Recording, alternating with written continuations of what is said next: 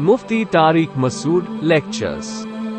یہ لوگ کہتے ہیں اسلام میں انسانیت نہیں ہے، معاذ اللہ، جتنی انسانیت اسلام میں ہے اتنی کسی دوسرے مذہب میں نہیں ہے، اور ان لبرل لوگوں کے ہاں تو انسانیت ہے ہی نہیں۔ دیکھو اللہ نے قتل کو حرام قرار دیا نا، کسی انسان کو کسی نے قتل کیا، قرآن کہہ رہا ہے فَكَأَنَّمَا قَتَلَ النَّاسَ جَمِيعًا، ایسے ہے جیسے ساری انسانیت کو قتل کر دیا۔ اس میں صرف مسلمان نہیں بلکہ غیر مسلم بھی، غیر مسلم کا قتل بھی ایسے ہی حرام ہے جیسے مسلم کا قتل، اور مسلم کو قتل کیا تو اور بڑا گناہ۔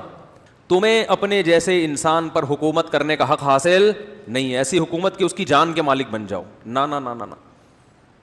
تبھی حدیث میں آتا ہے کہ آپ صلی اللہ علیہ وسلم نے بطور سزا کسی کو آگ میں جلانے سے منع کیا ہے، سخت، نہ جانور کو آگ میں جلا سکتے ہیں نہ انسان کو، سزا کے طور پر نا قتل کرنا اگر حکم ہے بھی تو گردن اڑائی جائے گی، آگ میں جلانے کی اجازت نہیں ہے، کیونکہ آگ کی تکلیف بہت شدید ہوتی ہے۔ تو اس کی لاجک کیا بیان کی نبی صلی اللہ علیہ وسلم نے، فرمایا لا يعذب بالنار الا رب النار، کہ آگ سے عذاب وہی دے سکتا ہے جس نے آگ کو بنایا۔ اللہ کو یہ رائٹ ہے کہ سزا کے طور پر جہنم کی آگ میں داخل کر دے، وہ اللہ ہے، اس کو حق ہے، وہ مطلق بادشاہ ہے، انسان کو حق نہیں ہے۔ وہ ایک ایتھیسٹ یہ اعتراض کر رہا تھا اسلام پہ کہ ایک طرف تو کہتے ہیں کہ یہ اسلام پیس اور امن اور یہ سب چیزوں کا مذہب ہے، اور بقرعید پہ کروڑوں جانور کاٹ دیتے ہیں، تو وہ کاٹتے نہیں ہیں، وہ کٹوائے جاتے ہیں ہم سے، کس کی طرف سے؟ اللہ کی طرف سے۔ تبھی نبی صلی اللہ علیہ وسلم نے فرمایا کہ چڑیا کی بھی جان لینا، حدیث کا مفہوم ہے، ہمارے لیے ناجائز ہے بغیر کسی وجہ کے۔ صحابہ اکرام میں بعض صحابہ تیر اندازی سیکھتے تھے مرغیوں کو باندھ کے، مرغی کو باندھا، اس کا نشانہ لے رہے ہیں نا، آپ صلی اللہ علیہ وسلم نے اس عمل سے منع کیا کہ مرغی کو تختہ مشق نہ بناؤ، کیونکہ یہ جانور پہ ظلم ہے۔ جانور کا شکار جب کیا جائے گا جب گوشت کھانے کی ضرورت ہو، اس کے علاوہ محض انٹرٹینمنٹ کے لیے جانور مارنا شروع کر دینا، اس کی شریعت میں اجازت نہیں ہے، کیونکہ وہ بھی ایک اللہ کی مخلوق ہے، اس کو بھی زندہ رہنے کا حق ہے۔ تو بیلنس ہے نا ہر چیز میں۔ تو میرے بھائی جو بار بار ہم آپ سے کہہ رہے ہیں نا، ہم کیا اللہ کہہ رہا ہے کہ اسلام کو فالو کرو، اس کے علاوہ آپ کے پاس کوئی راستہ سرے سے ہے ہی نہیں۔ صحیح غلط تو بات کی بحث ہے کہ صحیح ہوگا کہ غلط۔ کیسے یار سمجھائیں، مثالوں پہ مثالیں، کھوپڑی گھومتی ہے میری، ممبر پہ جب بیٹھتا ہوں تو کھوپڑی نے سگنل بہت سارے آنا شروع ہو جاتے ہیں۔ تو وہ جو موضوع چل رہا تھا نا، اس کے علاوہ اتنی چیزیں دماغ میں آتی ہیں کہ موضوع کو پکڑ کے رکھنا بڑا مشکل ہو جاتا ہے۔ دیکھو آپ جنگل میں ہو، چاروں طرف گھٹا ٹوپ اندھیرا ہے، ادھر شیر، ادھر چیتا، ادھر لومڑی، ادھر ہاتھی، کہیں جانے کا راستہ ہی نہیں ہے۔ ایک ٹریک آپ کو نظر آیا، ایک ٹریک آپ کو نظر آیا، آپ آنکھ بند کر کے اسی ٹریک پہ چلو گے، اس بحث میں نہیں پڑو گے کہ یہ سیدھا راستہ ہے بھی یا نہیں ہے، کیونکہ اس کے علاوہ کوئی راستہ آپ کے پاس، کوئی ٹریک ہی نہیں ہے کہ جس کو ٹریک کہا جائے۔ دو راستے ہوں گے تو آپ بحث کرو گے یار یہ سیدھا ہے یا یہ والا انڈا موڑ جائے گا، یا ہم تو انڈا موڑ کے ہیں تو ہم تو یہی کہیں گے نا کہ یار اس میں سے انڈا موڑ کون سا والا جائے گا، یہ والا یا یہ والا۔ جنگل میں تو نفس راستہ مل جائے، ٹریک مل جائے، بس بھائی چلو یار ادھر سے تو نکلو یہ کہتے ہیں نا بھائی یہاں سے نکل۔ دیکھو کراچی کے حالات اب کچھ بہتر ہوئے ہیں، پھر دوبارہ خراب ہو رہے ہیں، اللہ تعالیٰ ہمارے کراچی کی حفاظت فرمائے۔ جب بہت زیادہ حالات خراب تھے، صدر میں ٹیبلٹ نے واکنگ کرنا شروع کر دی، یعنی گولیاں چلنا شروع ہو گئی۔ کسی نے پوچھا نا صدر میں گولیاں چل رہی ہیں، اس کی انگلش بناؤ، اس نے کہا tablets are walking in president. یہ ہمارے ہاں انگلش بولی جاتی ہے، صدر میں فائرنگ ہو رہی ہے، گولیاں چل رہی ہیں، tablets are walking in president اس کا کیا مطلب ہے؟ صدر میں گولیاں۔ وہ ایک خاتون گئیں ڈاکٹر صاحب سے، کہنے لگی میرا بچہ کھاندا نہیں ہے تے پیندا نہیں ہے تے روتا ہی رہندا ہے۔ تو ڈاکٹر بیچارے کو پنجابی نہیں آتی تھی، اس کو سمجھ میں نہیں آئی، کہنے لگے بھائی سسٹر آپ انگلش میں بتائیں کیا۔ تو وہ خاتون نے کہا ڈاکٹر صاحب میرا یہ پتر ہے، نہ ایٹدا ہے نہ سلیپدا ہے، ویبدا ہی ویبدا ہے نہ ایٹدا ہے نہ سلیپدا ہے، بس 24 گھنٹے ویبدا ہی ویبدا ہے۔ تو اس طرح کی بھی رنگیلی انگلش بھی ہوتی ہے. تو tablets were walking in president, صدر میں گولیاں چل رہی تھیں. اب کیا ہے کہ ایسے موقع پہ کیا ہوتا ہے, لوگ کہتے ہیں یہاں سے نکلو. کراچی میں ایسے بہت حالات ہم نے دیکھے, ابے یہاں سے نکلو, یہاں تو دھماکے ہو رہے ہیں, یہاں تو گولیاں چل رہی ہیں, بھاگو. اب اس میں ایک راستہ نظر آیا تو اس میں نہیں پڑھتے یہ صحیح راستہ ہے یا غلط, بھئی راستہ یہی ہے فی الحال یہاں سے نکلنے کا, تو یہاں سے تو پتلی گلی سے نکلنا ہے. تو یاد رکھو اگر آپ اسلام کو فالو نہیں کرتے نا تو صرف یہ پرابلم نہیں ہے کہ غلط راستے پہ چلو گے, سرے سے کسی راستے پہ بولو نا یار چلو گے ہی نہیں. قرآن نے جو غلط راستے کو راستہ کہا ہے وہ مجازن کہا ہے. مجاز کا مطلب ہوتا ہے ایک چیز ہے نہیں لیکن سمجھانے کے لیے اس کو ٹریک سے تعبیر کر دیا کہ دو راستے, ایک سیدھا اور ایک غلط. حقیقت میں دیکھو کہ غلط راستہ سرے سے راستہ ہے ہی نہیں, اندھیروں کے علاوہ کچھ بھی نہیں ہے. تبھی تو قرآن کہتا ہے او کظلمات فی بحر اللجی یغشاہ موج من فوقہ, موج من فوقہ. صاحب اس پر میرا کئی ہفتوں اس آیت پر بیان ہوا تھا, یہ بڑی زبردست آیت ہے. جو ملحد ہے نا, ایتھیسٹ, جو اللہ کو نہیں مانتا, کتنے سارے گمراہ لوگ ہیں, آپ کو میں اسٹیپ بائی اسٹیپ بتاتا ہوں. کچھ لوگ ایسے ہیں جو سرے سے اللہ کے قائل بولو نا ہے ہی نہیں, کہتے ہیں کوئی خدا ہے ہی نہیں سرے سے. ان کے پاس یہ سب سے بڑے گمراہ ہیں, کیونکہ ان کو تو اتنے بیچارے کنفیوز ہیں, ان کو تو یہی نہیں پتا کہ مرنے کے بعد مردے کے کباب بنا کے کھانے ہیں یا اس کو دفن کرنا ہے یا آگ میں جلانا ہے یا گدھوں کو کھلانا ہے. یہ اگر کہتے ہیں نا کہ دفن کر دو احترام سے, تو یہ اس لیے نہیں کہ ان کی عقل یہ کہتی ہے, اس لیے کہ کلچر یہ کہہ رہا ہے. تو جب تک کلچر یہ کہہ رہا ہے تو فی الحال کلچر کو فالو کرو. کل کلچر اگر چینج ہو گیا, یہ کوئی ایسی گورنمنٹ آئی جس نے قانون چینج کر دیا اور اس نے کہا کہ بھائی یہ جو اتنے لوگ مر رہے ہیں تو ان میں جو جوان 2 دانت کے ہیں نا, جوان بوڑھوں کا گوشت کہتے ہیں کھانے کے قابل, جوان اگر کوئی مرتا ہے تو بجائے اس کے کہ آبادی اتنی بڑھ رہی ہے, اتنے غذا کی, ان کے قول کے مطابق غذائی کی قلت ہو رہی ہے, تو یا جن علاقوں میں قلت ہو رہی ہے, کمی ہو رہی ہے, تو وہاں بہتر ہے کہ ان کو ڈبوں میں پیک کر کے پارسل کا خاص انتظام کیا جائے. تو کیا ہے, یونائٹڈ نیشن اگر یہ لا بنا لے تو یہ لا بن جائے گا. جیسے یونائٹڈ نیشن نے جب یہ لا بنایا, ہماری نظر میں کسی انسان کا گوشت کھا لینا, اس کا لا پاس ہو جانا یہ اتنا برا نہیں ہے, لیکن لڑکے کو لڑکے سے بدفعلی کی کو لیگل کر دینا, یہ اس سے بڑا ہماری نظر میں کیا ہے, جرم ہے. یہ تو یار بالکل ہی عقل کے خلاف, تو پرلے درجے کی بے شرمی. لیکن یونائٹڈ نیشن نے اس کو لیگل کر دیا, تو جتنے ایتھیسٹ ہیں سب کی نظر میں یہ کیا ہے, لیگل, جائز, حلال, سب کیا کہتے ہیں یہ ٹھیک ہے, اس میں کیا حرج ہے, وہ بھی راضی یہ بھی راضی. تو میرے بھائی جب وہ بھی راضی یہ بھی راضی, تو اگر کوئی شخص اس پہ راضی ہو جائے گا کہ میرے مرنے کے بعد میرے گوشت کی بریانی کھلا کر کوؤں کو کھلا دی جائے, یا انسانوں کو ابھی تو انسانوں تک نا, جب انسانوں سے معاملہ آگے چلے گا تو پھر چیل کوے بھی آئیں گے مارکیٹ میں کہ یار انسان نہیں کھاتا تو جانوروں کو کھلا دو, خاص طور پہ وہ کتا جس کو میں نے اتنے عرصے سے پالا اور اس نے مجھ سے وفا کی, اس کتے کو کھلا دو. عقلی لحاظ سے اس میں کوئی حرج نہیں ہے, بلکہ عقل کو اگر آپ دیکھو تو عقل کہتی ہے کہ کیڑوں کو قبر میں کھلانے سے بہتر ہے. اور قبر کتنی مہنگی ہے پتہ ہے آپ کو, یہاں تو قبریں سستی ہیں, فورن کنٹریز میں قبریں بہت زیادہ مہنگی ہیں, اتنی مہنگی ہیں کہ بعض دفعہ غیر مسلموں میں غریب لوگ میت کو دفنائے بغیر جلانے پر خوش ہوتے ہیں. میں نے وہاں وہ چولہے دیکھے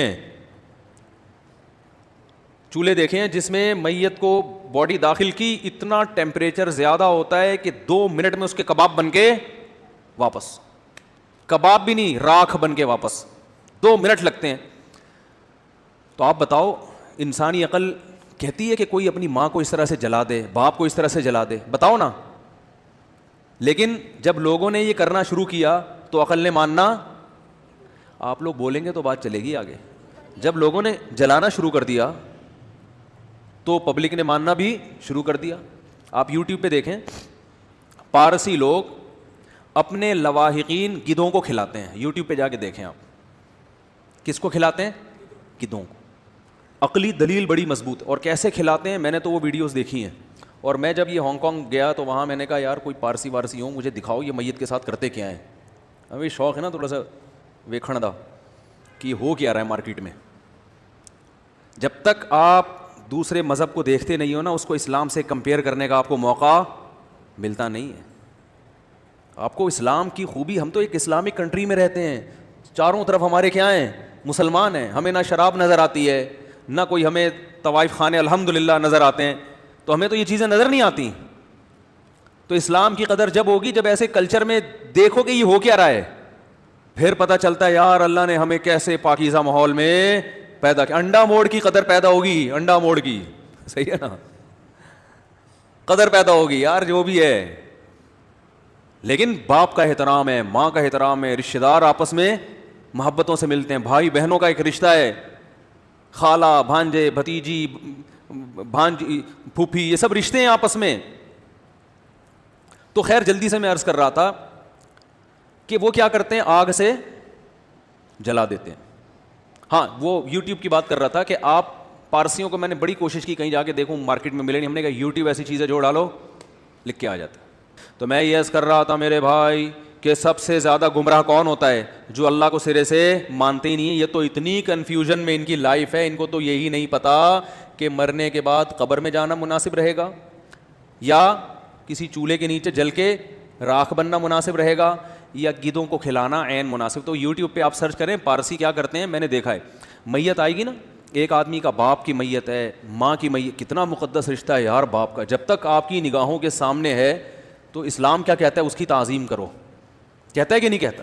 یہ نہیں دیکھو کہ قبر میں کیڑوں نے کھانا ہے تو چھوڑو اب کیا کرنا, سڑنے, نا نا نا نا, غسل دو اسے, بہت عزت احترام کے ساتھ سامنے رکھ کر جنازہ پڑھو, تکبیرات کہو 4 دفعہ, اس پہ اللہ اکبر کہو, سامنے رکھ کے جنازہ ہوتا ہے. پھر کیسے کندھا دینے کے طریقے بتائے, اس طرح سے پیدل لے جانا قبرستان, یہ زیادہ ثواب میت کو بجائے گاڑی میں بس میں لے جانے کے, بشرطے کہ قبرستان بہت دور نہ ہو. پیدل کو فقہا کہتے ہیں اس میں میت کا اکرام زیادہ ہے. اگر قبرستان بہت زیادہ دور نہ ہو تو بجائے بس میں لے جانے کے کیسے لے جانا چاہیے, پیدل. اس میں اکرام ہے نا کہ سب اس کو کندھا دے رہے ہیں, عزت کے ساتھ لے کے جا رہے ہیں. پھر وہاں رکھا جاتا ہے, عزت کے ساتھ اس کو قبر میں اتارا جاتا ہے. کوشش کی جاتی ہے مٹی اس کے اوپر نہ پڑے, سلیں رکھی جاتی ہیں. پھر سب اپنا حصہ ڈالتے ہیں کہ بھئی کم سے کم ہم بھی مٹی ڈالنے میں ہمارا ہاتھ بھی پڑ جائے. پھر نبی نے حکم دیا جب دفن کر دو اس کے قریب کھڑے ہو کر اس کے لیے دعا کرو. اس کے بعد پھر گھر آؤ, اس کے بعد ساری زندگی اس کے لیے مغفرت کی دعا کرتے رہو. اس کے لیے کنواں بھی کھدوا سکتے ہو, اس کے لیے کوئی بھی یتیم خانہ کھلواؤ کہ میرے والد صاحب کو اس کا ثواب پہنچے. ایک رشتہ قائم کر دیا نا. ہمارے پاس راستہ ہے,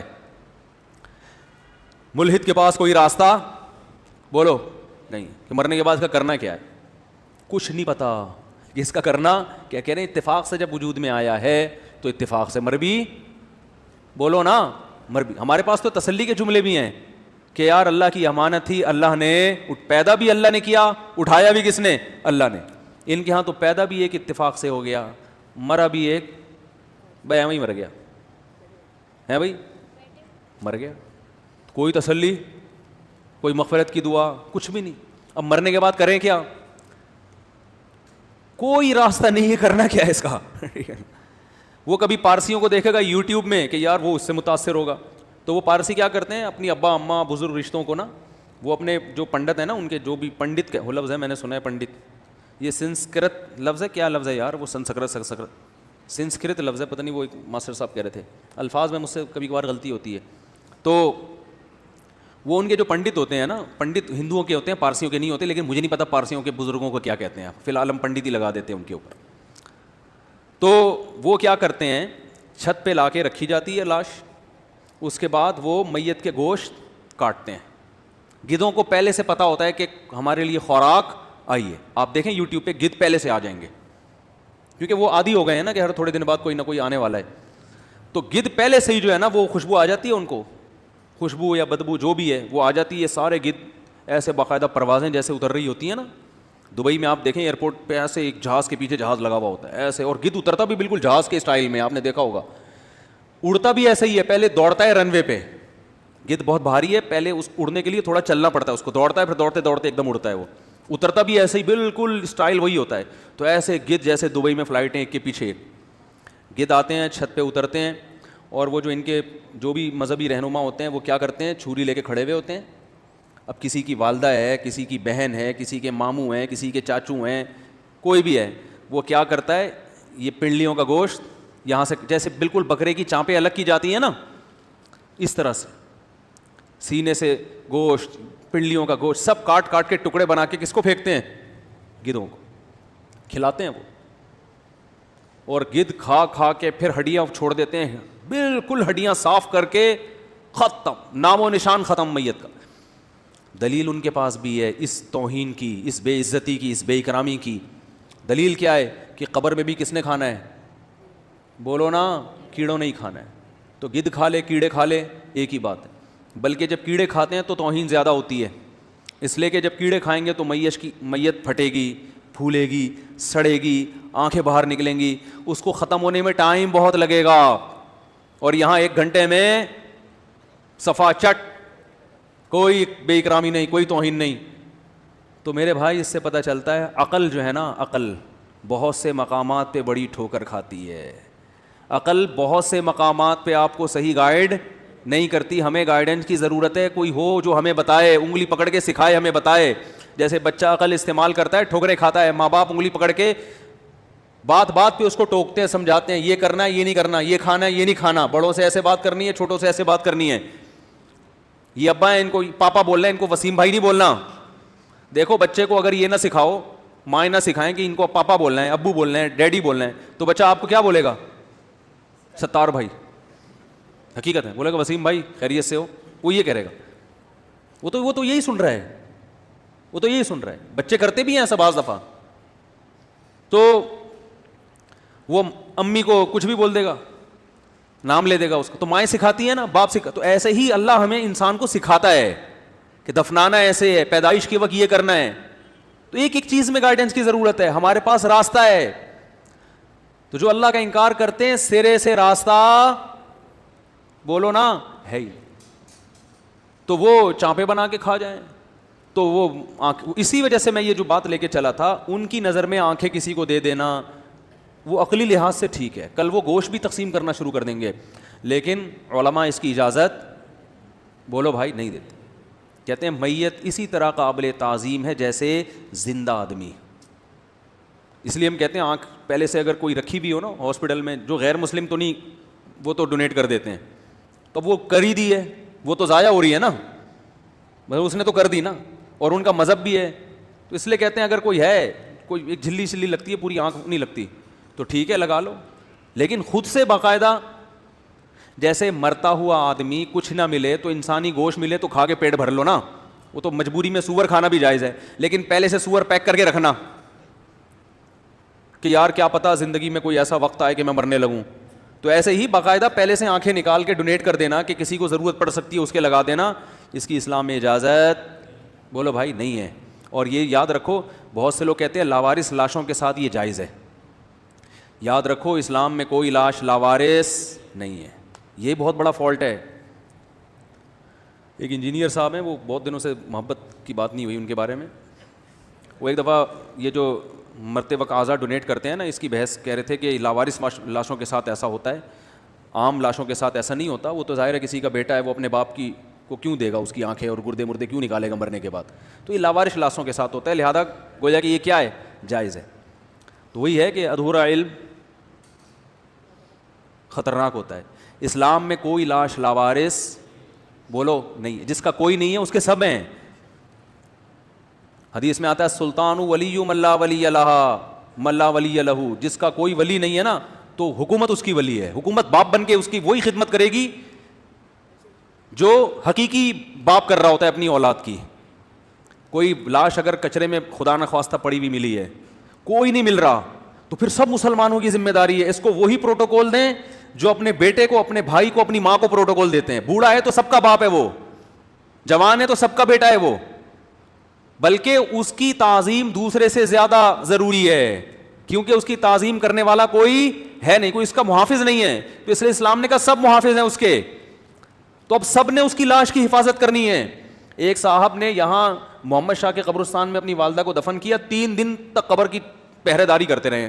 میں نے کہا خیریت, آپ 3 دن سے ادھر ہی آنا جانا ہے. کہتے ہیں بھائی آج کل تازہ تازہ لاشیں نا گورگن نکال کے بیچ دیتے ہیں ڈاکٹروں کو. کیا کرتے ہیں, ڈاکٹروں کو بیچ دیتے. تو میں اپنی ماں کی قبر کی حفاظت کر رہا ہوں. اس نے کوئی علماء سے دلیل نہیں سنی تھی, اس کو پتا تھا کہ ماں قابل تعظیم ہے. وہ اس لائق نہیں ہے کہ اٹھا کے اس کے پھیپڑے فلاں ہاسپٹل میں دے دو, اس کے گردے فلاں کو دے دو, فلاں کو دے دو, یا لاش جو ہے نا وہ تجربے کرنے کے لیے فلاں ہاسپٹل کو دے دو. سائنسی ترقی ہی دنیا میں سب کچھ نہیں ہے. یہ سارے تجربے جانوروں پہ بھی ہو سکتے ہیں. جانوروں کو اجازت دی کے بارے میں اجازت دی اللہ نے کہ بھی جانوروں پہ تجربے کرو, انسانوں پہ تجربے بولو نا بھائی نہیں. ایک ڈاکٹر مجھ سے بھیڑ پڑے, کہنے لگے مفتی صاحب اگر ہم انسانی لاشوں پہ میڈیکل سائنس کا علم نہیں سیکھیں گے تو ہم تو ترقی میں پیچھے رہ جائیں گے. میں نے کہا بہت اچھی زبردست دلیل ہے. اس دلیل کے پیش نظر آپ سب سے پہلے اپنے ابا کو تیار کریں. جیسے ہی والد صاحب کا انتقال ہو فوراً اپنے ہاسپٹل میں والد صاحب کی لاش رکھیں کہ آئندہ اگر کڈنی کا سسٹم سمجھنا ہے تو میرے ابا کی لاش پہ, ٹھیک ہے نا, لنگس کا سیٹ اپ دیکھنا ہے تو میرے ابا. میں نے کہا اس پہ کرو. اپنے ابا کی تو توہین برداشت نہیں ہے. تو کہ وہی بات ہے نا کہ لاوارث لاشوں کے ساتھ بھائی لاوارث کوئی بھی نہیں ہے. اگر کوئی بوڑھا آدمی جس کا کوئی نہیں ہے تو ہم سب کا باپ ہے. پھر وہ ہم سب نے کیا کر رہے ہیں, باپ جیسا پروٹوکول دینا ہے. انسان لاوارث نہیں ہوتا. آپ کو پتا ہے فقہاء نے مسئلہ لکھا ہے, اس پر اجماع ہے کہ اگر کوئی لاش ملے نا کہیں بھی, کوئی قاتل نہیں مل رہا اس کا, تو مقتول کے وارثوں کو پھر بھی دیت دینی پڑے گی. کیونکہ مقتول کے وارث جو ہے نا ان کا بندہ قتل ہو گیا, قاتل مل نہیں رہا. تو اس محلے کے جو قریب ترین لوگ ہیں نا, قریب ترین, ان میں سے 50 گھروں کے اوپر دیت آتی ہے کہ تمہارے محلے سے لاش ملی ہے تو تمہیں بیدار مغز ہونا چاہیے تھا, تمہیں پتہ تو ہونا چاہیے کون تمہارے علاقے میں لاش پھینکے جا رہا ہے. تو 50 افراد سے پہلے قسم لی جائے گی کہ ان میں سے کسی نے قتل تو نہیں کیا. اگر کوئی اقرار کرنے کہ میں نے قتل کیا تو اس کو لٹکایا جائے گا. اگر کوئی بھی اقرار نہ کرے تو 50 پہ دیت آئے گی. نہیں آ رہی بات سمجھ میں؟ 50 کے 50 اس کی دیت سب میں ڈیوائڈ ہوگی اور مقتول کے وارث کو وہ خون بہا ادا کریں گے. کیونکہ فقہا کہتے ہیں کہ اسلام میں کوئی بھی لاش ہدر نہیں ہے. ہدر کا مطلب ہوتا ہے کہ بس وہ مر گیا اور اس کا کوئی سزا ہی نہیں اور کوئی معاوضہ بھی نہیں ہے. ایسے نہیں ہوتا, فری میں نہیں ہوتا. مرا ہے تو مقتول کے وارثوں کا نقصان ہوا ہے, اس کی تلافی ادا کرنی ہے, ان کو پیسے ملیں گے. قاتل نہیں مل رہا تو کوئی بھی نہیں مل رہا, تو اہل محلہ جہاں سے لاش ملی ہے ان میں 50, اس لیے کہ سب پہ تھوڑی تھوڑی ڈیوائڈ ہو جائے. تو دلیل کیا ہے؟ انسانی جان, اس کا خون ہدر کا مطلب ہوتا ہے فری, مفت نہیں ہوتا یہ. تو یہ چونکہ اسلامی قوانین نافذ نہیں ہے نا, تو کبھی لاش وہاں سے مل رہی ہے کبھی وہاں سے. جب یہ دیت کا قانون نافذ ہو جائے تو ہر محلہ نگرانی کرے گا, بھائی لاش اگر ہمارے محلے سے ملی تو بلی کس پر آئے گی؟ ہم پر آئے گی, ٹھیک ہے نا, وہ خود نگرانی کریں گے. تو اسلام تو اتنا پروٹوکول دے رہا ہے انسانی جان کو, انسانی لاش کو. آپ کے پاس تو کوئی سسٹم ہی نہیں ہے. کہاں سے کہاں بات جا رہی ہے, موضوع سارا چینج ہو رہا ہے. کیا بات کر رہا تھا میں؟ وہ جو وہاں سے کٹنگ ہوئی تھی, چانپیں وہاں پہ نکال کے انہوں نے گدھ کو کھلائی تھی نا, یہاں تک پہنچے تھے ہم. ابے ابھی جو بات چل رہی تھی یار, ہے کیا کہہ رہا تھا؟ نہ ماننے والوں کی قسمیں, وہ تو ٹھیک ہے, لیکن یہ یہاں تو بات کہاں سے آئی تھی؟ پارسیوں پہ بات آئی تھی, وہ گدھوں کو کھلاتے ہیں. تو خیر پتہ نہیں, چلو جو بھی چل رہا تھا, واپس اصل کی طرف آتے ہیں. تو جن کے پاس راستہ نہیں ہے نا, ان میں سب سے بڑے گمراہ کون ہیں؟ جو اللہ کو سرے سے مانتے نہیں. ان کے پاس تو کمبختوں کے پاس ککھ بھی نہیں ہے, کچھ بھی نہیں ہے ان کے پاس. چیل کو کھلا دو, کووں کو کھلا دو, میت کو. اتفاق کیا تو اتفاق تو آپ کو پتہ ہے اتفاق ہوتا ہے. یہ باپ کے قائل بھی نہیں ہے. اگر کوئی زنا سے بچہ پیدا ہوتا ہے تو وہ بھی وہی ہے, تو زنا سے بچہ پیدا ہوا اس کا ابا ہے نہیں. اتنے کنفیوز ہیں کہ اب انہوں نے جو زنا سے بچہ پیدا ہوتا ہے نا, تو گرل فرینڈ کا جو بوائے فرینڈ جس سے بچہ ہو اس کو باپ قرار دے دیا ہے. اس کو کیا قرار دے دیا ہے؟ باپ. سوال پیدا ہوتا ہے پھر لیگل اور انلیگل میں فرق کیا ہوا؟ میرٹ کی تکلف کی کیا ضرورت؟ اس کا بھی کوئی جواب بولو. یعنی ایک جھوٹ بولتا ہے تو 100, کہتے ہیں نا ایک جھوٹ کو چھپانے کے لیے کتنے جھوٹ بولنے پڑتے ہیں؟ 100. بالکل یورپ ابھی اس طرف چل پڑا ہے, غلط پہ غلط کرتا چلا جا رہا ہے, غلط پہ غلط. مذہب کو نکالا نا اپنی ڈکشنری سے, تو مذہب نکلا تو زنا الاؤ ہو گیا, کیونکہ مذہب روکتا ہے نا بدکاری سے. تو اب زنا الاؤ ہو گیا تو پھر ولد الزنا, بچے بے تحاشا. پہلے انہوں نے بہت کوشش کی اس کو روکے, نہیں رکے. اب کیا کریں, زیادہ بہت سے ملکوں میں تو زیادہ ولد الزنا ہے اور حلال کم ہے. اب کیا کریں یار, ہمارے تو ملک کی آبادی زیادہ تر اللیگل بچوں کی ہے, تو اللیگل کو کیا کر دو لیگل. یہ بالکل وہی 50-50 والا کیس ہے کہ ڈاکومنٹ میں ایک خاتون کو غلطی سے بیوہ لکھ دیا, وہ اپنے میاں کو لے آئیں کہ میں تو شادی شدہ ہوں, میرڈ ہوں, یہ میرا میاں, اس کو لے کر آئی ہوں. یار میں نے بچپن میں جو پروگرام دیکھے ہیں نا, ان کا اب بڑا فائدہ ہو رہا ہے. صحیح ہے نا, اب بڑا فائدہ ہو رہا ہے, اب موقع پہ یاد آتے ہیں وہ. تو وہ نا 50-50 تھا. اچھا ان چیزوں کو بھی ہم گناہ سمجھ کے دیکھتے تھے, بچے تھے اور توبہ کرتے تھے, اللہ ڈرامہ دیکھ لیا معاف فرما دے. اب تو میں کہتا ہوں جو کچھ آ رہا ہے نا ٹی وی پہ, تو ہم کتنے نیک تھے بھائی. اب تو میں کہتا ہوں اس میں کیا گناہ والی بات تھی, بس یہی تھا کہ ٹی وی میں آ رہا ہے, اس سے زیادہ تو کچھ بھی نہیں ہے نا اس میں. نہ کوئی بے پردگی ہے, نہ کوئی اس میں کوئی فحش چیز ہے, نہ کوئی جھوٹ بھی نہیں ہے, بس ایک مزاح ہے. تو اب کہتا ہوں کتنا فرق پڑ گیا ہے نا زمانے میں. اس وقت ہمارے والد صاحب یہ چیزیں بھی نہیں دیکھنے دیتے تھے نا, تو ہم نے پھر ان چیزوں سے بھی توبہ کر لی تھی, اللہ معاف فرما دے, ہم توبہ کرتے ہیں, 50-50 بھی نہیں دیکھیں گے. اب میں سوچتا ہوں یار کیا تقوی کا معیار اس زمانے میں کیا تھا. اب تو جو 50-50 دیکھ رہا ہے نا اس سے دم کرواؤ جا کے, اتنا نیک ہے بھائی کہ انٹرٹینمنٹ کے لیے کس کا سہارا لے رہا ہے, معین اختر کے پروگرام دیکھتا ہے بس سیدھے سادے سے. تو یہ تو بہت نیک ہے, اتنا نیک آدمی ہے کہ انٹرٹینمنٹ کے لیے کیا کر رہا ہے. اب تو لوگوں نے انٹرٹینمنٹ کے لیے پتہ نہیں کیا کیا پالا ہوا ہے بھائی, وہ ان چیزوں سے انٹرٹین نہیں ہوتے. اب تو ان کو بہت کچھ چاہیے, ڈرامے ورامے میں بڑے فحش قسم کے فلمیں, یہ جب تک نہ ہو ان کو تسلی نہیں ہوتی. تو وہ 50-50 میں وہ خاتون لے کر آئیں اپنے میاں کو, کہنے لگیں شناختی کارڈ آفس میں کہ یہ آپ نے میرے میاں کو لکھ دیا ہے بیوہ, یہ تو میرا میاں تو زندہ ہے. تب اس میں دکھایا گورنمنٹ کے جو ادارے ہوتے ہیں ان کی بدحالی دکھاتے تھے, اس میں تھوڑا مبالغہ کرتے تھے. تو اس نے کہا کہ اچھا یہ غلطی ہو گئی ہے, تو کوئی بات نہیں, بندوق نکالی, میاں کو ٹھا کر کے گولی مار دی. اس نے کہا یہ کیا بیوہ ہو گئی نا, بس صحیح ہوگی. بزبان حال یہ بتایا کہ یار اب ڈاکومنٹ میں جا کے اس کو کریکشن کرنا ہے, اس میں ٹائم لگے گا, پرانی فائلیں, وہ گورنمنٹ کے اداروں میں پہلے کمپیوٹرائز سسٹم بھی نہیں تھا, وہ فائلیں تلاش کرنے میں اتنا ٹائم لگتا تھا, ایک فائل نکالو تو 20 گرتی تھی نیچے آ کے, پھر کاغذ ادھر ہو گیا ادھر ہو گیا. تو یار اب اتنی مصیبت, پھر اس میں اتنے گواہ چاہیے, یہ چھوڑو, یہ ویسے ہی مرنے والا ہے تھوڑے دنوں میں. بالکل یہی حال کہاں ہے, مغربی کلچر کا ہے کہ اب وہ اپنے سسٹم کو صحیح تو نہیں کر سکتے. انہوں نے مذہب کے خلاف اپنی قوم کو بغاوت پہ اتنا اکسایا کہ مذہب نہیں, بس عقل عقل عقل عقل, مذہب کو نکالو نکالو نکالو اپنی ڈکشنری سے, حکومت سے نکالو. اتنا نکال کے قوم کو یہاں تک لے آئے کہ اب ہر الٹی بات کو سیدھا کرنے کے بجائے اس الٹی کو سیدھا قرار دے دیا جاتا ہے. ٹھیک ہے نا, یہ ایسے ہی ہے جیسے آپ کو کسی نے ذمے میں لگایا کہ اس جلیبی کو سیدھا کرو. آپ نے پہلے تو ڈکشنری میں سیدھے کی اور اسٹریٹ کی اور خط مستقیم کی ڈیفینیشن دیکھی. خط مستقیم کی آپ نے جو ڈیفینیشن دیکھی تو آپ نے کہا وہ سیدھے خط کو کہتے ہیں, سیدھی لکیر کو کہتے ہیں. تو آپ نے کہا یار باس نے میرے ذمہ لگایا کہ جلیبی کو کیا کرنا ہے, سیدھا. آپ گھنٹہ ہو گیا آپ سے جلیبی سیدھی, جلیبی کی تو ڈیفینیشن ہی یہی ہے. تو آپ نے کیا کیا, بڑی چالاکی سے ڈکشنری میں بائٹو لگا کے خط مستقیم کی تعریف کیا کر دی, بدل دی. آپ نے کہا خط مستقیم اسے کہتے ہیں جو گول گول گھوما ہوا ہو, جو کیا ہو ایسے یوں یوں یوں کر کے گھوما ہو, اور کسی کے باپ سے بھی سیدھا نہ ہو. یہ بھی آپ نے حاشیے میں بڑھا دیا. ٹھیک, یہ بالکل یہی مغرب میں ہو رہا ہے. جو غیر مسلم ہے نا وہ 100% یہی حرکت کر رہے ہیں, کسی کے باپ میں بھی اس کو سیدھا کرنے کا دم نہ ہو.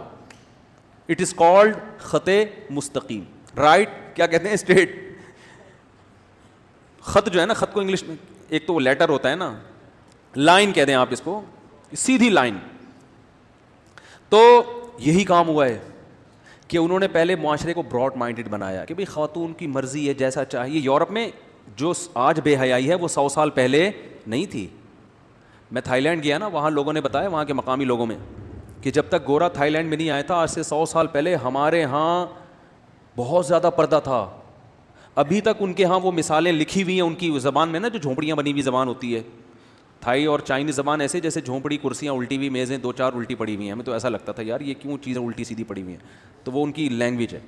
تو انہوں نے مجھے بتایا کہ ابھی تک لکھا ہوتا ہے کہ عورت گھر کی 4 دیواری میں, عورت اچھی کہاں ہے. یہ تو گوروں نے آگے ان کا کلچر برباد کر دیا.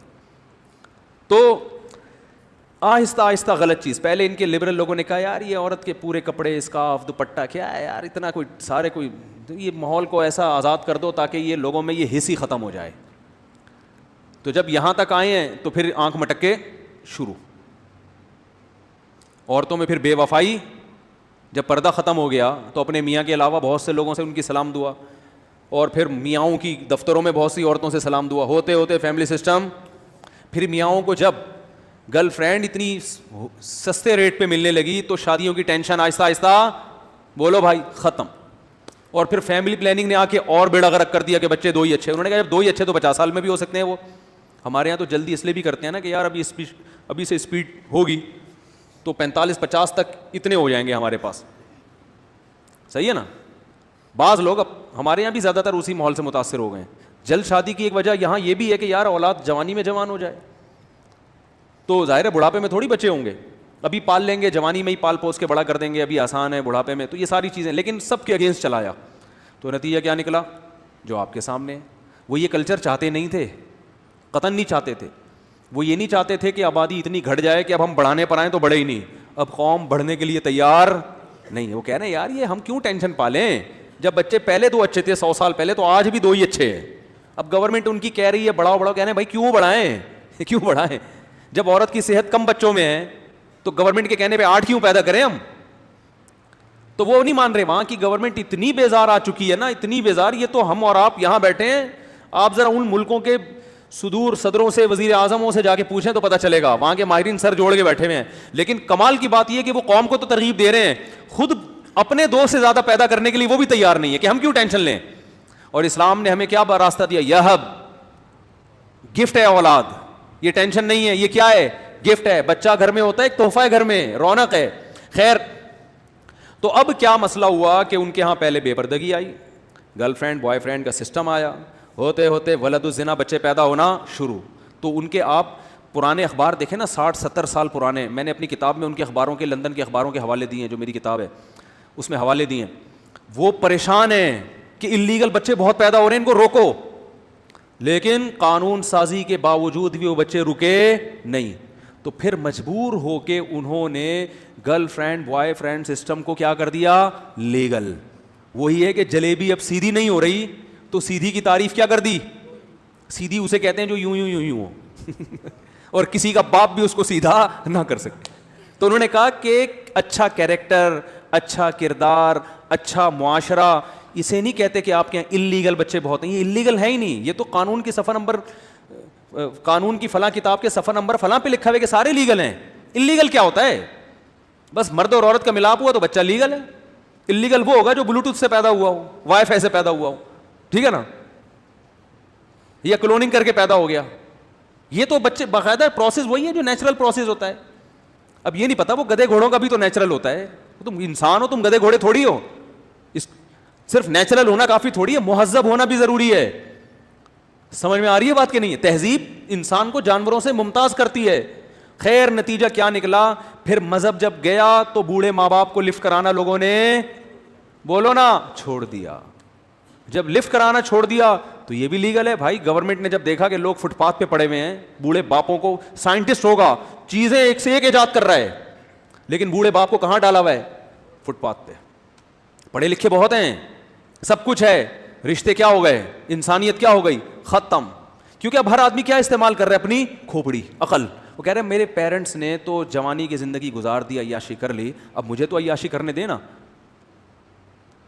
تو وہ اب عیاشی کرے گا. تو انہوں نے ابا اماں کو اولڈ ہاؤس, تو اولڈ ہاؤس کیا ہو گئے, لیگل. آپ نے بھی داخل کیا ابا کو, فلاں نے بھی داخل کیا, تو اب یہ کلچر کا حصہ بن گئی یہ چیز. پھر زنا ہوتے ہوتے ہوتے ہوتے لڑکوں سے بدفعلی نہیں تھی اس قوم میں, یہ چیز انلیگل تھی, بری تھی. لیکن جب یہ کام بہت زیادہ ہونے لگا کہ لڑکوں سے بدفعلی بھی شروع ہو گئی, تو ان کے ماہرین کو سر جوڑ کے بیٹھنا چاہیے تھا کہ یار اب ہم کیا ہو رہے ہیں, بے لگام. ہم نے جو 100 سال پہلے فیصلہ کیا تھا نا کہ مذہب سے ڈکشنری سے نکالو, یہ فیصلہ ہمارا غلط تھا. ترقی تو ہو گئی مگر تہذیب کہاں چلی گئی. ابھی تو پچھلے ہفتے سکھایا تھا آپ لوگوں کو, انسان انسان نہیں رہا, یہ تو جانوروں سے بدتر زندگی ہو گئی ہے اس کی. تو ان کو چاہیے تھا کہ یار مذہب کو لے کر آؤ. ہاں, مذہب کے جو سائڈ افیکٹ ہو رہے تھے وہ مذہب کی غلط تشریح کی وجہ سے ہو رہے تھے, تو صحیح مذہب کو لے کر آؤ. لیکن نتیجہ کیا نکلا, اب مذہب کی طرف تو آ نہیں سکتے تھے نا. تو وہ کیا نتیجہ نکلا ہے کہ ہوتے ہوتے ہوتے ہوتے لڑکوں سے بدفعلی بھی کیا بن گئی, لیگل. سب لیگل ہو گیا. اور پھر اتنا بڑا ایسا لیگل ہوا ہے کہ آپ اگر میرڈ ہیں تو آپ کو ویزا نہیں ملے گا. آپ اگر غیر فطری طریقے سے اپنی خواہش پوری کر رہے ہیں مردوں کے ذریعے اور ثابت کر دیں گے تو ٹھک کر کے آپ کو ویزا, بولو بھائی, مل جائے. مجھے یہ بات ایسے پتہ چلی, میرے پاس فون آتے ہیں کہ حضرت یورپ کے ویزے کے لیے یہ ضروری ہے کہ اپنے آپ کو یہ شو کر دو, تو کیا, میں نے کہتا ہوں خدا کو مانو یار, اللہ کے بندے, یہ تو اگر گناہ کرتے بھی ہو تو رو اس پہ, چھپاؤ اس جرم کو, کوئی اور بیس پہ ویزا لے لو, اور نہیں ملتا تو چھوڑو یار, غیرت سے بڑھ کر کوئی چیز ہے کیا؟ کیا کچھ ہو رہا ہے معاشرے میں.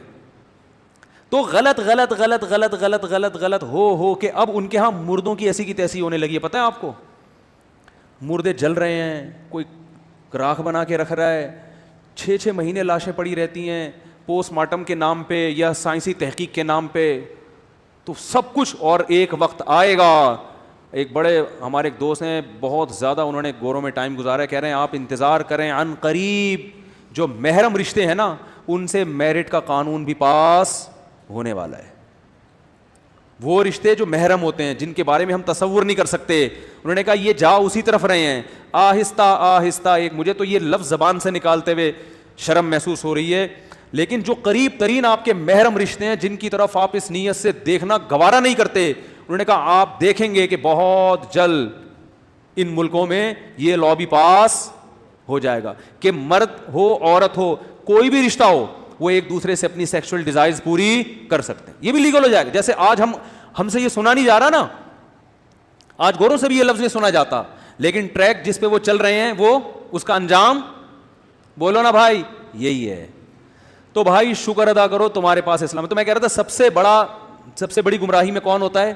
ایتھیسٹ, جو اللہ کو نہیں مانتا. اس کے پاس تو سرے سے ککھ بھی نہیں ہے, وہ تو گمراہیوں کے ہندو. پھر بھی کوئی مرے گا تو کہے گا بھگوان تیری مغفرت کر دے, اس کے پاس 2-4 ڈائلاگ ہیں بولنے کے لیے, ٹھیک ہے نا. روح وہ کیا ہے نا, ریسٹ ان پیس, امن میں اس کی روح آرام کرے, کچھ نہ کچھ بول دے گا وہ. عیسائی کچھ بول دے گا, عیسائی بھی غسل بھی دیتے ہیں, کفن بھی دیتے ہیں, دفن بھی تمیز سے کرتے ہیں کیونکہ حضرت عیسیٰ کو مانتے ہیں, مذہب کو فالو کرتے ہیں. یہودی تو اور زیادہ مذہب کو فالو کرتے ہیں, وہ تو جانور ذبح کر کے کھاتے ہیں, مردار نہیں کھاتے وہ. یہ جو ان کے مذہب میں جو مذہبی لوگ ہیں نکاح کرتے ہیں, زنا کو الاؤ نہیں کرتے, کر لے تو الگ بات ہے, لیکن نظریاتی طور پر زنا کے قائل نہیں ہے. اور آپ کو پتہ ہے یہ جو مردوں سے بدفعلی کا جو قانون پاس ہوا, اس پہ یہودیوں نے بھی احتجاج کیا ہے کہ لیگل نہیں ہے, پادریوں نے بھی احتجاج کیا ہے کہ یہ تورات اور انجیل کی تعلیمات کے خلاف ہیں. تو اب جیسے جیسے آپ مذہب کی طرف آتے جائیں گے آپ میں گمراہی بولو کم ہوتی چلی جائے گی, ختم نہیں ہوگی, کم ہوگی. لیکن جب آپ اسلام میں آتے ہیں نا تو آپ گمراہی سے بالکل آزاد. وَكَذَلِكَ جَعَلْنَاكُمْ أُمَّةً وَسَطًا, اللہ کہتے ہیں ہم نے تم کو معتدل امت بنایا, ہر چیز میں بیلنس. اسلام کو اگر آپ حقیقت میں جا کے پڑھو گے دیکھو گے تو خدا کی قسم ایسا اعتدال ہے اسلام میں, ہر چیز میں اعتدال, ہر چیز. کھانے پینے میں کتنا اعتدال. ہندوؤں نے کہا گوشت مت کھاؤ, یہ ایک طرف غلو ہے کہ یار پوری زندگی کس پہ گزارا کرو, سبزی پہ, حالانکہ ہماری گوشت ہماری نیچر کا حصہ ہے. دوسری قوم جو گوشت کھانے پہ آئی وہ کتے بھی کھا رہی ہے اور بلی بھی کھا رہی ہے, مردار بھی کھا رہی ہے. کہتے ہیں ایسی چیزیں کھاتی ہے جس کو انگریز کو دیکھ کے گھن آتی ہے. انگریز بلی نہیں کھاتے, کتے نہیں کھاتے. ہانگ کانگ میں کتے نہیں کھائے جاتے. میں نے کہا یار قوم تو وہی چائنا والی, کتے کیوں نہیں کھا رہے؟ انہوں نے کہا یہاں انگریز نے حکومت کی ہے, برٹش نے, انہوں نے کتوں کے کھانے کو حرام قرار دے دیا تھا کہ یار ہمارے کنٹری میں کتے نہیں کھائیں گے. میں نے کہا انگریز نے بڑا خاندانی کام کیا یار. کیوں؟ اس لیے کہ کرسچن ہے نا, عیسائی ہے, تو وہ اتنا زیادہ یعنی حدود سے باہر نہیں نکلا کہ یار کتے بلی کھانا شروع کر دو. انہوں نے بھی کہا یار سور کی حد تک تو ٹھیک ہے, اتنا نہیں فری ہو جاؤ کہ کتے بلی کھانا شروع کر دو. گورے نہیں کھاتے کتے بلی. تو اب کیا ہے کہ ایک طرف اتنا افراط کہ جناب صرف سبزی کھانی ہے, اس کے علاوہ کچھ بھی نہیں کھانا. ایک طرف دوسری طرف غلو کہ کھاؤ تو سب کچھ ہی کھا جاؤ. اسلام نے کتنا معتدل مذہب دیا ہمیں کہ بھائی ایسا بھی نہیں ہے کہ گوشت نہیں کھانا ہے ساری زندگی. تمہیں گوشت میں بہت سے پروٹین ہیں, بہت سی چیزیں ایسی جو ہماری باڈی کی ریکوائرمنٹ ہیں, تو اللہ نے ہماری غذا کا حصہ بنایا گوشت کو. لیکن تم انسان ہو, تم کتے بلی نہیں ہو. یہ نہیں کہ جو مری ہوئی چیزیں اٹھا کے, جیسے کتا اٹھا کے لے جاتا ہے تم بھی اٹھا کے لے جاؤ. نا نا نا, مردار کھانے کی اجازت بولو نہیں ہے. ذبح کرو گے, اس کا خون نکالو گے, اس پہ اللہ کا نام لوگے. پھر ہر جانور کھانے کی اجازت نہیں ہے. حلال اکثر وہ جانور حلال ہیں جن کے کھر ہوتے ہیں اور جو جگالی کرتے ہیں, پتے کھاتے ہیں. ان کا گوشت میں وہ ناپاکی نہیں ہے. درندوں کے گوشت میں ایک درندگی ہوتی ہے, ناپاکی ہوتی ہے. ہر چیز میڈیکل سائنس نہیں بتائے گی آپ کو, میڈیکل سائنس وہی بتائے گی پروٹین کتنے ہیں. طہارت, پاکی ناپاکی, یہ میڈیکل سائنس کا شعبہ نہیں ہے. ایتھیس ہر چیز کو میڈیکل سائنس سے دیکھ رہا ہوتا ہے, کہہ کہ اس خنزیر میں کیا ہے, خنزیر میں تو اتنے پروٹین ہوتے ہیں, بس وہ اس حوالے سے دیکھ رہا ہوگا. طہارت, پاکی ناپاکی یہ ان کا ٹاپک ہی نہیں ہے. یہ تو تہذیب سے اس کا تعلق ہے نا, جیسے کپڑے پہننے کے نہیں پہننے یہ ڈاکٹر تھوڑی بتائے گا, یہ تو تہذیب بتاتی ہے نا.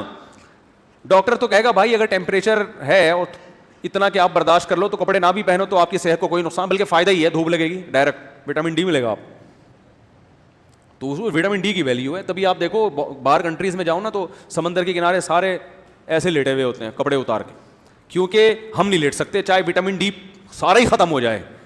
ہم ٹیکا لگوا لیں گے, بھائی تو ٹیکے لگا دے وٹامن ڈی کے. ہم پبلک کے سامنے ایسے کیسے, اس لیے کہ سب کچھ وٹامن ڈی تھوڑی ہے بھائی, وہ ہمیں کپڑوں میں ہی حاصل ہو جاتا ہے. کہتے ہیں سب کچھ وٹامن ڈی تھوڑی ہے, تہذیب بھی کوئی چیز ہے یار. کسی کے سامنے ایسے لیٹ جاؤ, ہاں گھر میں آپ لیٹ جائیں اپنی چھت پہ جا کے,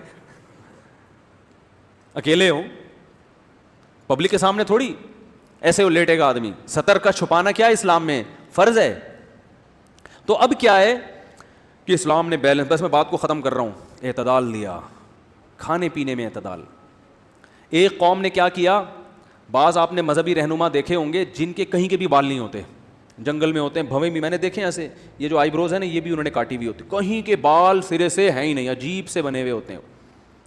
اور ایک مذہب ایسا ہے جو کہتا ہے سب جگہ کے بال رکھو, ان کی بغلوں کے بال بھی بڑے ہوئے ہیں, داڑھی بھی نان اسٹاپ بڑھتی جا رہی ہے, مونچھیں بھی بڑھتی جا رہی ہیں, بالوں کی لٹھیں بنائی ہوئی ہیں. یہ عوام اس کو ایکسیپٹ, انسانی فطرت اس کو قبول نہیں کرتی. چند لوگ تو کر سکتے ہیں اس پہ عمل, ایک دنیا کو لا کے طور پہ یہ سسٹم پیش کر کے نہیں دیا جا سکتا. اسلام نے کتنا اچھا حکم دیا, بھائی کچھ بال تو ایسے ہیں جو تم نے بڑھانے ہیں, مرد اور عورت میں فرق ہے داڑھی کے بالوں میں, وہ بڑھانے ہیں. ہاں ایک وقت کے بعد جا کے اس کو کاٹ سکتے ہو. مونچھوں کے بارے میں اسلام نے حکم دیا کم کرنی ہے. سر کے بالوں کے بارے میں عورت کو حکم دیا بڑھانے ہیں, مرد کو حکم دیا تمہیں اجازت ہے, ٹرنڈ تم پہ اچھی لگتی ہے تو ٹرنڈ کرا لو, بال رکھنا چاہو تو بال رکھ لو, اجازت ہے تمہیں. باقی جتنے بال ہیں اسلام نے جن کا صفائی سے تعلق ہے ان کو کاٹنے کا حکم دیا کہ ان کو رکھنے کے بعد آپ کی نماز مقبول نہیں ہوگی. اس سے بہتر لا کوئی ہو سکتا ہے, اس سے بہتر کوئی قانون ہو سکتا ہے, کوئی بھی نہیں ہو سکتا. کچھ مذہبوں میں ایسا ہے نہاتے نہیں ہیں, اسلام نے نہانے کا حکم دیا. تو ہر چیز میں یہ جو ہر مرد کے اندر ایک خواہش نفس ہوتی ہے, ہر عورت کے اندر بھی ہوتی ہے. کچھ لوگوں نے کیا کیا, عیسائیوں کے پادریوں نے, کہ یہ خواہش پوری ہونی نہیں چاہیے, تبھی ان کے پادری بہت سے میرڈ لائف ان میرڈ زندگی گزارتے تھے جنگلوں میں ادھر ادھر, اس کے بڑے سائڈ افیکٹ بھی ہوئے ہیں. تو وہ کہہ رہے ہیں کہ نہیں گزارنی نہیں ہے. اور کچھ نے اتنی چھوٹ دے دی کہ 10 گرل فرینڈ ہیں ان کی.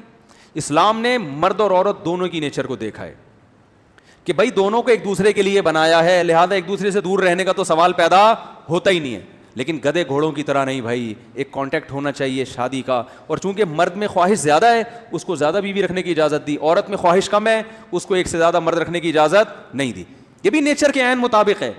یورپ میں ایک بیوی کا قانون ہے, لیکن خود وہ لوگ کہتے ہیں, ان کی کتابوں کے میں نے حوالے پیش کیے ہیں, کہ یہ قانون جھوٹ اور دھوکے پر مبنی ہے.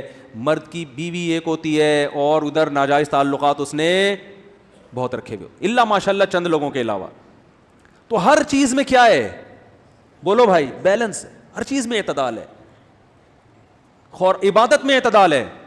نہ ایسی عبادت ہے کہ جنگلوں میں نکل جاؤ, لا رہبانیت فی الاسلام, حدیث میں آتا ہے اسلام میں رہبانیت نہیں, کیونکہ دنیا ہمارے لیے پیدا کی ہے, اس کو چھوڑنا تھوڑی ہم نے. قل من حرم زینت اللہ التی اخرج لعبادہ, اے نبی ان سے کہہ دیجئے کہ اللہ نے جو زینت پیدا کی اپنے بندوں کے لیے, اس کو کون ہے جو حرام کر دے. ایک صحابی آئے, یا رسول اللہ میں چاہتا ہوں میرا لباس اچھا ہو, میرا جوتا اچھا ہو, کیا یہ تکبر ہے؟ فرمایا نا نا نا نا نا, ان اللہ جمیل یحب الجمال, اللہ جمیل ہے, خوبصورت ہے, خوبصورتی کو پسند کرتا ہے. لباس اچھا رکھو, جوتا اچھا پہنو, کیسا نیچر ہے یا نہیں ہے؟ لیکن اس کی اجازت نہیں دی آپ کو کہ آپ اللہ کو بالکل بھول جائیں. آپ کو عبادت بھی کرنی ہے, اس کے ٹائم متعین کر دیے. اور عبادت کا طریقہ کتنا خوبصورت, دنیا میں کسی مذہب کے پاس ایسا عبادت کا طریقہ, دیکھو یقین نہ آئے نا, جتنے عبادت گاہیں ہیں نا دنیا میں مختلف مذہب والوں کی, ان کی عبادت گاہوں میں جاؤ اور مسجد میں جاؤ, میں غیر مسلم کو دعوت دیتا ہوں, ساری دنیا کی عبادت گاہوں میں جاؤ اور مسلمانوں کی مسجد میں جاؤ, مسلمانوں کی مسجد میں انٹرٹینمنٹ کا کوئی سامان نہیں ہے, نہ ڈیسک ہے, نہ تپائیاں ہیں, کچھ بھی نہیں ہے. سکون آپ کو بہت ملے گا. اور باقی جگہوں پہ آپ جاؤ گے نا, آپ کو زبردست عمارتیں ملیں گی, ہر چیز ملے گی آپ کو وہاں, لیکن آپ کو روحانیت بولو نہیں ملے.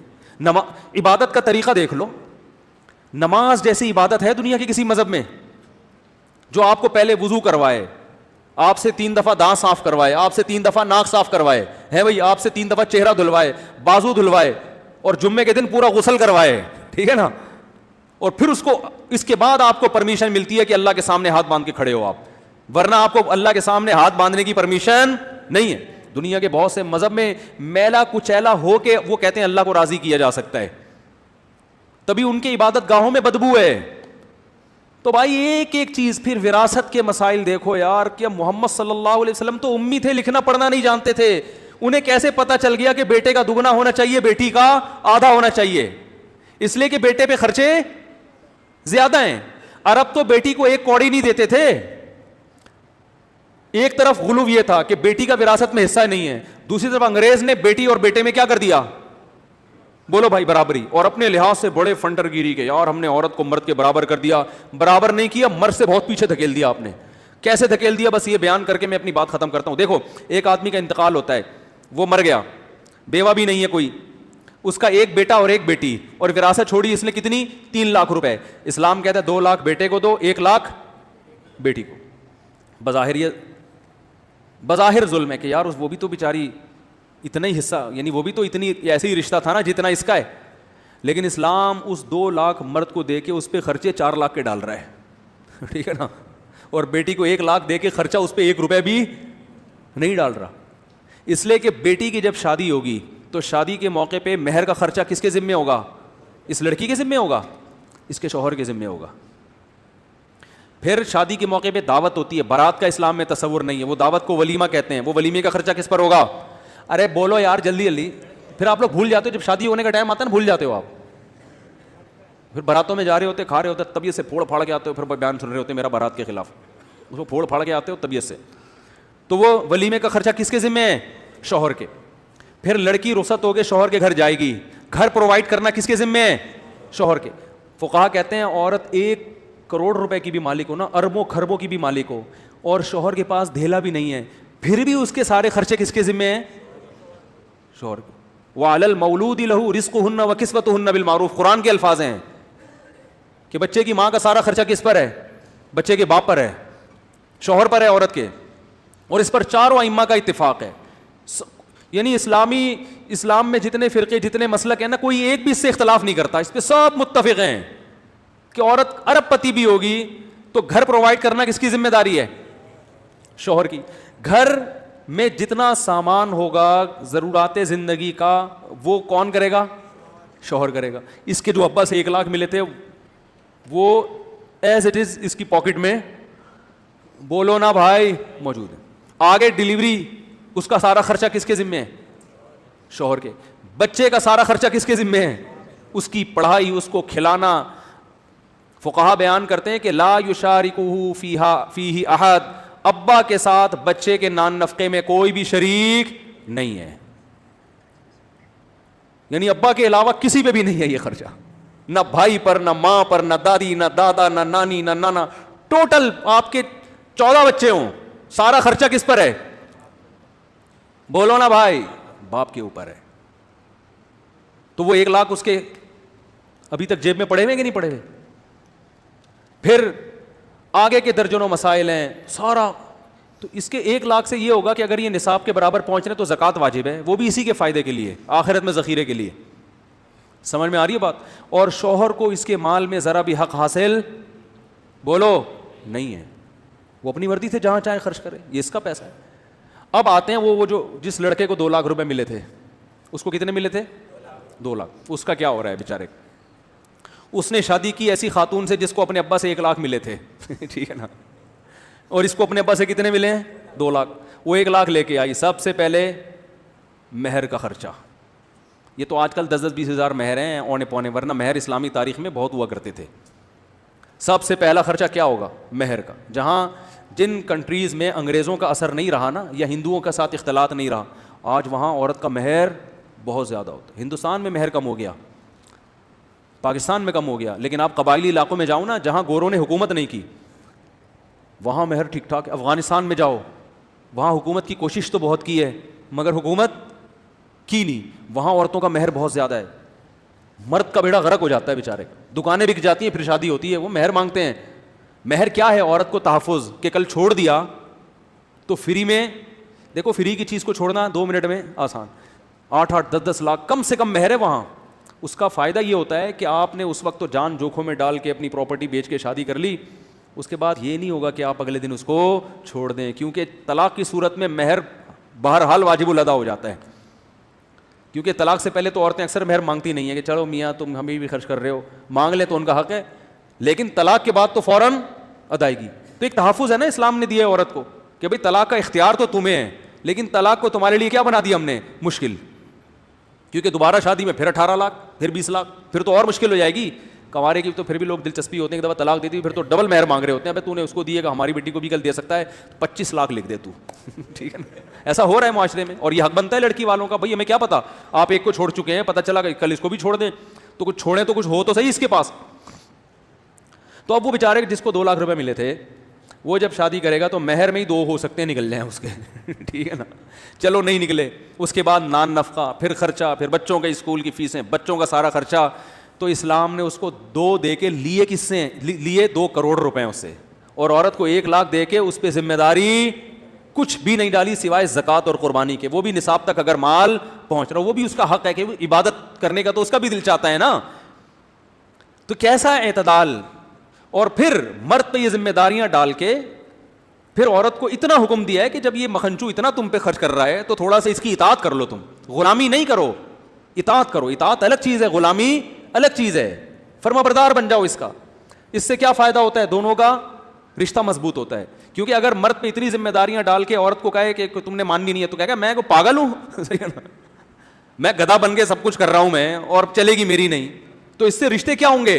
ٹوٹیں گے. یہی وجہ ہے کہ انگریزوں کے ہاں شادیاں کامیاب بہت کم ہوتی ہیں. اب ہندوؤں کے بھی شادیاں ناکام ہونا شروع ہو گئی ہیں, کیونکہ کلچر ختم, چینج ہو رہا ہے. سب سے کم ڈیورس اور طلاق کا ریشو کس میں ہے؟ مسلمانوں میں. حالانکہ اسلام میں طلاق صرف زبان سے ادا ہو جاتی ہے, کتنی آسان ہے, پھر بھی ریشو بہت کم ہے.